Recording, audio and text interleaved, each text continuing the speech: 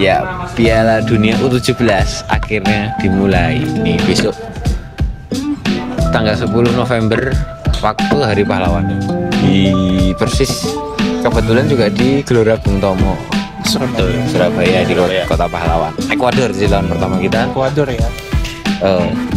Tapi mungkin sebelum bahas lebih lanjut itu ini kan Bima Sakti udah panggil 21 pemain ya. Cuman 21 aja 21 tapi 21 ini bukan karena dia mau panggil 21 pemain. Betul. Tapi memang regulasi. Tapi ini kan beda sama regulasi yang senior ya, dimana kalau FIFA yang senior itu kan 23 boleh ya, minimal 23 dan kalau di mau bawa 26, 27 pun nggak apa-apa asal di line up 23, 11 plus cadangan berarti 12 ya. Jadi kalau ini kan 21, 11 hanya 10 ya cadangan.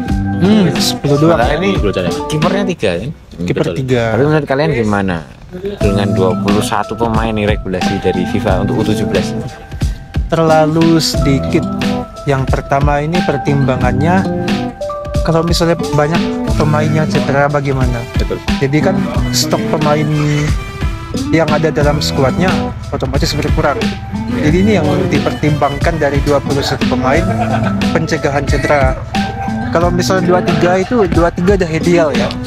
Ya contohnya di turnamen dulu Piala Dunia atau Euro 2016.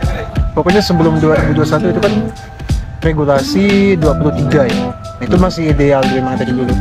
21 ini sebenarnya memang kalau kita lihat secara ini ya keseluruhan, kalau dari starting eleven sebenarnya hitungannya 11 ya. 11 itu kan sebenarnya kalau 11 ditambah 11 dengan cadangan ya itu kan 22. Artinya pun dibanding dengan 11 starter dengan 11 substitute itu kan belum memenuhi kalau kita pakai kuota pemain itu 21, masih kurang ada satu pemain.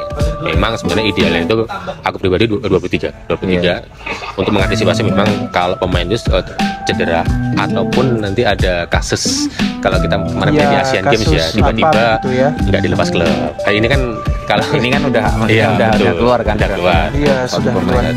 Tapi kan kiper 3 berarti kan yang itu kan berarti kan hanya ada cadangan non, kalau di luar kiper kan berarti 10 dan 8. Iya, sekitar 8 cadangan. Ya memang 21. Tapi mungkin karena ini pertimbangannya juga U17 ya 17, jadi mungkin tidak terlalu banyak memakai pemain pun stok pemain nggak masalah sih, dianggap cukup. Fisiknya kuat ya, bisa kuat. Sebenarnya memang ya fisiknya masih muda ini kan. Ya orang itu kan beda karakternya ya, ada yang paru-parunya 4 ada berapa itu kan sebenarnya tergantung pemain muda itu seberapa. Nah kan memang tergantung. Kan ini sudah keluar ya rilis nama-namanya. Udah 21 pemain dan 90% itu alumni yang juara AFF 2022 kemarin ya. U16 ya. Dan ada beberapa tambahan pemain dari seleksi itu cuma satu yang seleksi yang 12 kota itu. Ribuan anak. Ya. Itu dari 12 kota hanya ada satu. Betul. Satu tok. Dan itu kan sebenarnya menyulitkan ya waktu itu Bima Sakti dalam jangka waktu pendek suruh menyeleksi ribuan pemain dalam waktu yang singkat banget ya, sangat singkat apalagi di berbagai kota. Apakah menurut kalian itu bentuk dari tidak ada yang kompetisi U17? Dan ini tambah lagi pemain ini tuh kan daftarnya tuh menurutku miris ya. Itu kalau lihat Spanyol tuh Barcelona 8 pemain, Real Madrid berapa pemain, ada Espanyol, Atletico ya akademi.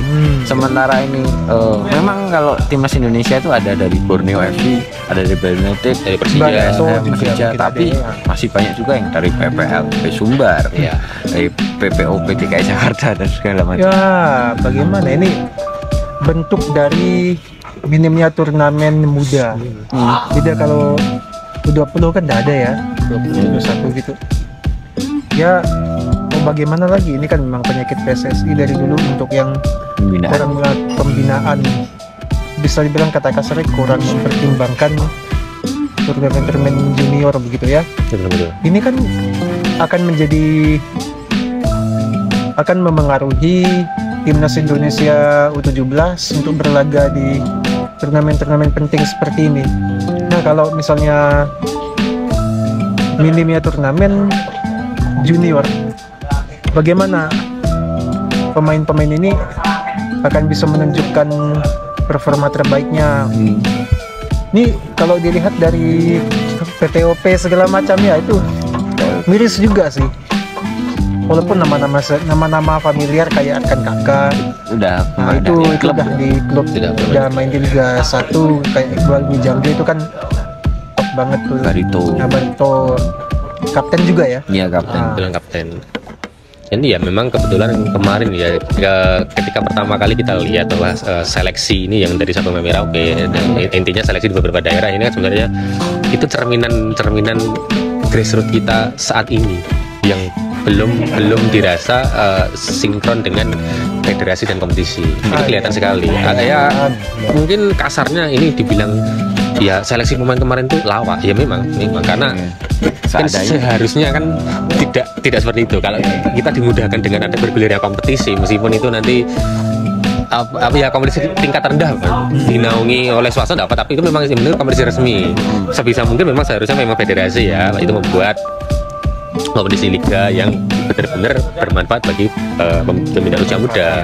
Itu kan sebenarnya terminan dari awal pun juga ada seleksi wilayah sini, Bali, Jabar, DI atau manapun ya. Lagi-lagi kita harus sedikit ini ya iri dengan negara-negara lain bahwa grassroots kita ini ternyata tidak mencerminkan sepak bola yang sedang dibangun sekarang ini. Timnya timnasnya sekarang bagus tidak apa-apa, tetapi memang harus diiringi juga dengan namanya perkembangan usia muda dengan melalui pembinaan dan kompetisi yang berjalan dengan baik. Ya, dan itu ya kalau kan kita sudah ada EVA ya. EVA tapi kan itu hanya kalau nggak salah 2 bulan ya paling lambat. Betul, 2 bulan sekitar 2 bulan. Sistemnya pun dia terbagi atas grup dan nanti turnamen ya, bukan kompetisi yang kayak Liga 1 18 tim semua tanding kan gitu loh. Jadi ya minimal Liga 1 nanti U20 ada, Liga 1 U17 ya. Harapannya semoga demikian ya. Ataupun nanti di kelompok umur sekitar 14 juga boleh sih sebenarnya, karena kan memang ya, bertahap ya, tapi target kita kan memang usia dini itu Pak Erick Thohir kan dari 9 tahun depan ke depan. Ya kompetisi tadi ya. Perlunya kompetisi perlu kalau kita bilang. Ya. Sangat perlu. Dan kita ada 2 pemain diaspora ya, sebenarnya 3, cuman si Yunda Manik ya, Yunda Manik itu gagal karena dia tidak punya paspor Indonesia dan proses pembuatan paspornya itu rumit. Rumit ya. Sebenarnya bisa, cuman nggak keburu gitu. Ya karena makan waktu juga kan kalau harus mendapatkan paspor Indonesia. Akhirnya kedua itu ada Welber Jardim dari Sao Paulo, pemain Brasil, keturunan Indonesia Brasil, dan Amar Brgic ya, yang sebenarnya di Liga Jerman, Hoffenheim, TSG Hoffenheim 17 ya. Dan sebenarnya kalau di ini para penonton tanya gimana mainnya, kita juga nggak tahu. Kita juga ya kurang tahu bagaimana. Kalau dilihat caps di klubnya, mereka main reguler. Iya, memang. Bagus. Kemarin ada beberapa pertanyaan dari wartawan soal gimana prospeknya kalau dia main senior. Mereka ya oke, karena mereka punya paspor Indonesia. Punya paspor ya. Dan mereka nanti tidak akan naturalisasi karena mereka kan belum memilih warga negara. Nah, maka dari itu Sama kayak kasus Akan Bagot juga. Amar Brgic ya, kemarin kan dia sempat ini ya, ketika timnas U17 kita pulang ke Jakarta sebelum perjalanan ke Surabaya kan dia masih melanjutkan ini kan kompetisi Bundesliga U17 ya. Itu U17 pun Bundesliga sudah ada turnamennya. sudah ada. Bahkan Premier League itu kan ada namanya Premier League 2. Ada. Yang reserve ya, tim reserve. Tim reserve yang kebetulan nanti kabar baiknya kan pemain yang sempat diincar PSSI ya itu kan dilanjutkan prosesnya. Iya. Dia bermain di kompetisi Premier League 2 ini, kompetisi untuk usia muda, cerminan lah. Cerminan. Dan Di Ekuador, Wolves aja ya. Betul. dan Ekuador ya, kita tahun pertama kita ini bukan mainan ya, di nanti aja ya. Tapi kalau suruh kekuatannya kita juga nggak tahu lagi-lagi. Kurang kan. tahu bagaimana. Karena U17 ini kan beda sama senior kan, peta kekuatannya beda, jadi ya dinantilah. Tapi kita harapannya tetap yang terbaik lah, meskipun persiapan ya adanya dan segala macam. Harapan yang terbaik. Kurang lebih 4 bulan persiapan itu kan sebenarnya dirasa kurang. Imbangi pun bersyukur. Dan oke Oke, berarti nanti kan pertandingannya tanggal 10 ya. 10 Semangat Hari Pahlawan. Ya match pertama ini ambilnya. Semangat Hari Pahlawan. Semoga mereka nih jadi pahlawan ya anak-anak U17. Semoga Dan bermain juga di kota pahlawan di Surabaya. Itulah kenapa memang alasannya Pak Erick Thohir kan memindahkan dari yang semula di JIS ya di JIS ke Gelora Bung Tomo karena memang untuk memperingati kota pahlawan ya. Iya. 30 November. Yakin itu soal pahlawan. Ya. waduh Ya sebenarnya Ya, kalau iya. kita kulik-kulik lebih dalam lagi yakin tidak yakin ya sebenarnya. Ya udah, ya begitu. tungguin aja daripada banyak ting-tong tanggal 10 nanti kita akan bikin review pertandingan. Betul. Ulasannya. Review pertandingan. Kan kita juga nggak tahu mainnya U17 Iya, Indonesia maupun mainnya ya. Ekuador. Ya. Waduh. Jangan lupa like, comment, dan subscribe BR Bola. Famos Forza.